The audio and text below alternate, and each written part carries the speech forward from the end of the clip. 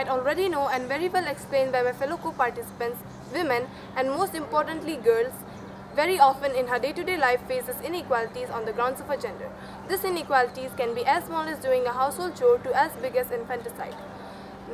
Now some of you guys out there might wonder what with the chores. So let me tell you, knowing how to do a household chore is a very basic life skill that everyone, no matter what their gender is, should know. This is not at all just a women's or a girl's work.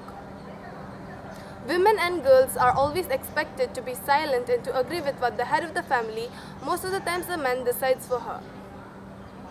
One of the very old and ignored gender inequality is that women and girls doesn't even have a permanent name or identity. Before marriage, they use their father's name or surname, and after, their husband's. They turn into wife off from daughter off, but have you ever seen a man turning from son off to husband off? No, right? These small actions of ours, in case you haven't noticed, results in women and girls depending on the adult male of the house, hence making the society more patriarchal. These gender inequalities doesn't only stick to names or chores, it even controls the independence of women and girls.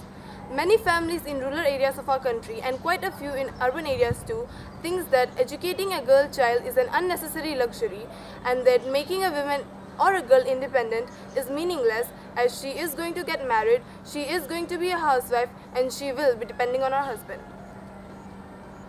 Rather, they think it's more important for girls to know how to manage the family and run the house. This kind of mentality, this kind of mindset give birth to crimes like dowry and domestic violence against women. Now, you may debate that males and females are biologically different or unequal. And yeah, I will agree with you that on an average, males have more physical strength than females, but that in no way means that any given man or boy is stronger than any given woman or girl.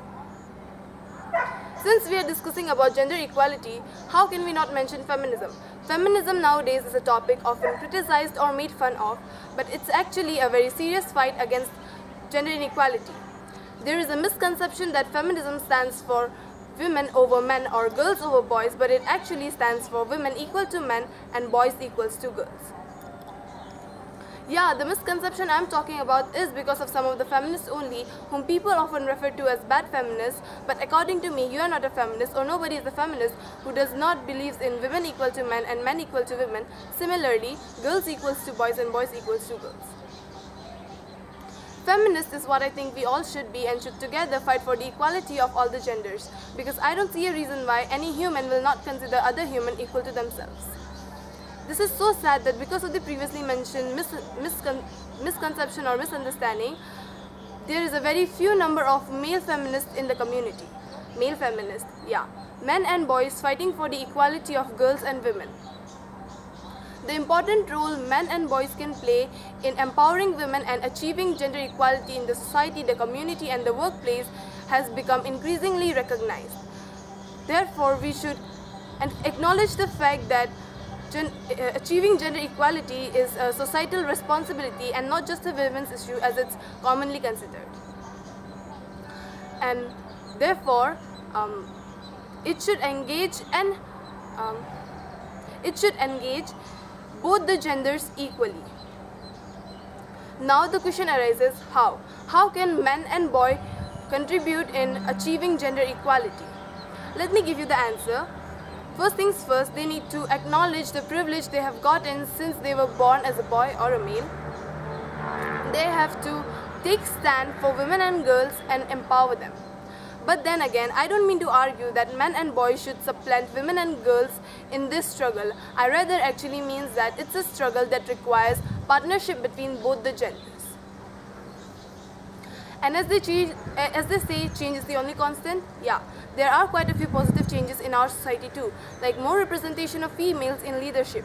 Let's take the most recent example of Kamala Harris, the first female vice president of United States of America, of Indira Nooyi, an Indian American woman who was the former CEO of PepsiCo, of Theresa May, the British politician who became second female Prime Minister of United Kingdoms.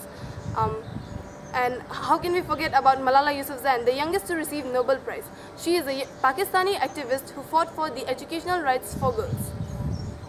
Let's take some examples from our own country too, like Geeta Gopinath, the first Indian female to become chief economist at IMF, of Mary Kom, the first Indian female to receive boxing gold, and of course our very own human computer, Srimati Shakuntala Devi.